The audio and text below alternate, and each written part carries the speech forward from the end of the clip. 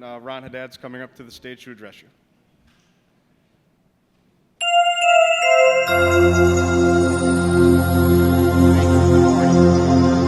had quite an active week last week, and we got a number of inquiries from our media partners as well as our community. So we want to report out on some of the most critical cases we had over the last week.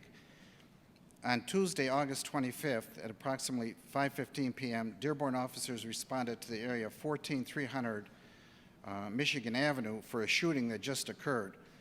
We also received information that the suspects were described as two black males who had just fled the scene. Department members were rapidly deployed and identified the suspects almost immediately. Ultimately, the Wayne County Prosecutor's Office issued 9-count warrants for two men. Subject number one, Joseph Jermaine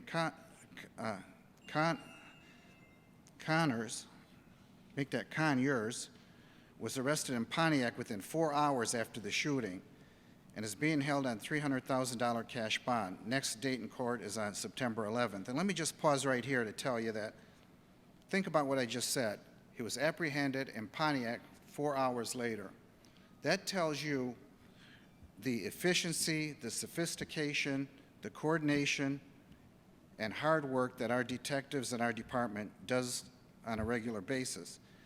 The second suspect also named in the warrant is Howard Jermaine Trammell, and he's still at large, and he's considered armed and dangerous. We're going to ask the media today to circulate a photograph that was taken at the shooting, ironically enough.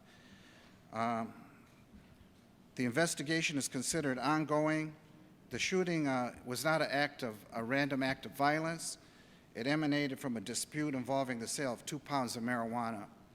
Last time I checked, the state law allows you to possess 2.5 ounces of marijuana.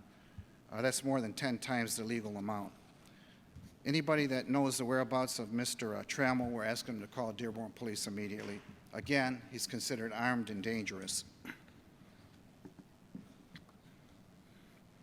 Some 5 hours later, on Tuesday, August 25th, at 10:30 p.m., Dearborn Police again responded to the area of the Dearborn Ice Skating Center for a shooting on a drive-by of a 24-year-old Dearborn resident.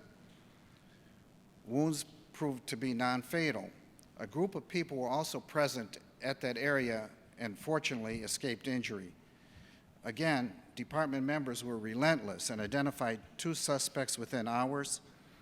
Subjects attempted to flee and use deception to escape, but to no avail. I can't emphasize enough that partnerships with our regional partners, Michigan State Police and others, is priceless. One of the subjects was located near the Ohio border and brought back to the city of Dearborn to stand for the crimes committed. Both subjects have been arrested.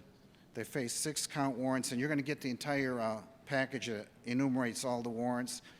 Not surprising, it includes habitual offenders, second degree. They'll also be back in court 9 a.m. on September 11th, and that's our 19th District Court here in Dearborn.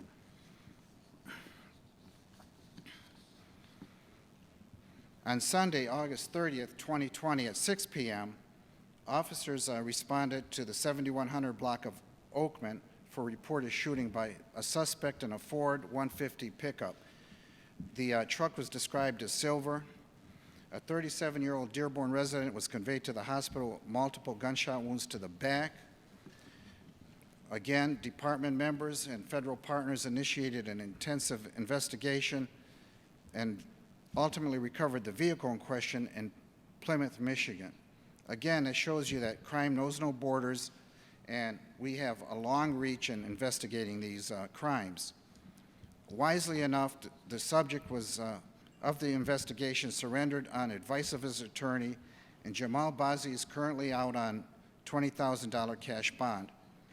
And again, the common element here is that this crime was not a random act of violence. It was an ongoing dispute between 2 parties that escalated that day. I also want to thank the media and the citizens because they were pretty helpful in this case, and we really couldn't do it without you. So thank you to the media and citizens as well. The next thing I want to put up here We have 7 major narcotics cases that we have worked on for the past several weeks. In recent weeks, we've made 7 major narcotics arrests of individuals who are selling and distributing illegal prescription drugs, as well as cocaine and Schedule II and III controlled substance in our community. During these investigations, Dearborn police have taken thousands of illegal pills off the street, $40,000 in cash and weapons. And to date, you know, it kind of has taken a back seat with COVID and police reform and other issues in our country, but we've had at least 7 known overdose deaths right here in our own community of Dearborn. We are committed to work with law enforcement partners at every level, including the prosecutors from the Wayne County Major Drug Unit, to hold these individuals accountable and bring them to justice. And the last thing I want to show you this morning, traffic and traffic violators in our city continues to be a #1 complaint. They come from every neighborhood, every business location, schools. To date, over the last year and some odd months, we've locked up 133 people for drag racing and or reckless driving. And it's important to note that these individuals put our entire community at risk. Our officers have to pursue them at speeds exceeding 100 miles an hour. And these are just some of the ones that have been arraigned in court already.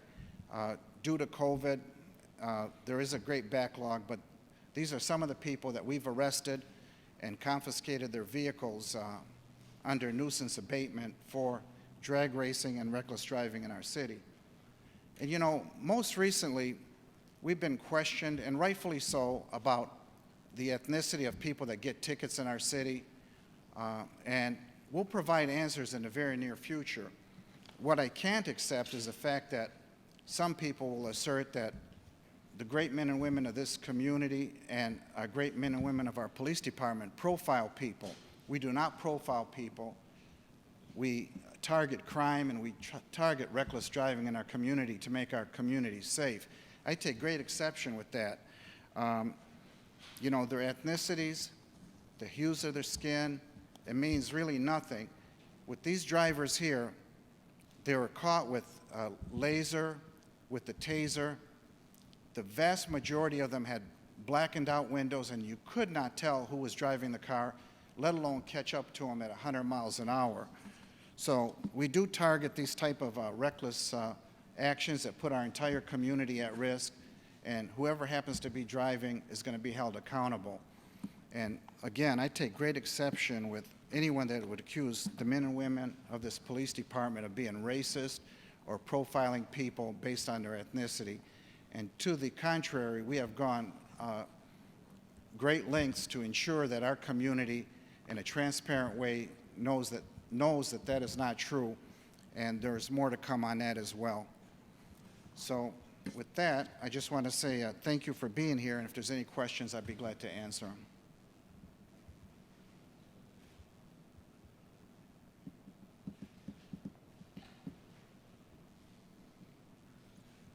You gentlemen back there have any questions? Sue, you got a question? Not today? Okay.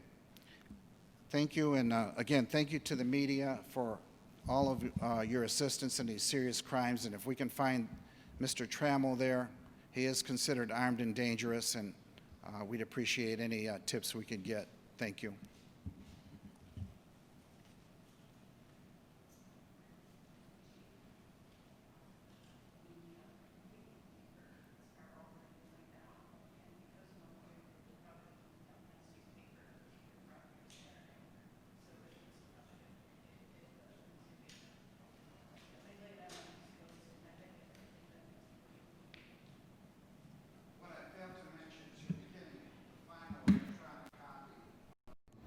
Longer version with all the background information. That was kind of a shorter version for the presentation today.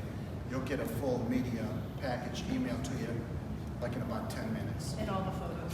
All the photos and a greater explanation on next days in court and some of the background of these cases, any event that you want to follow up or you're interested in.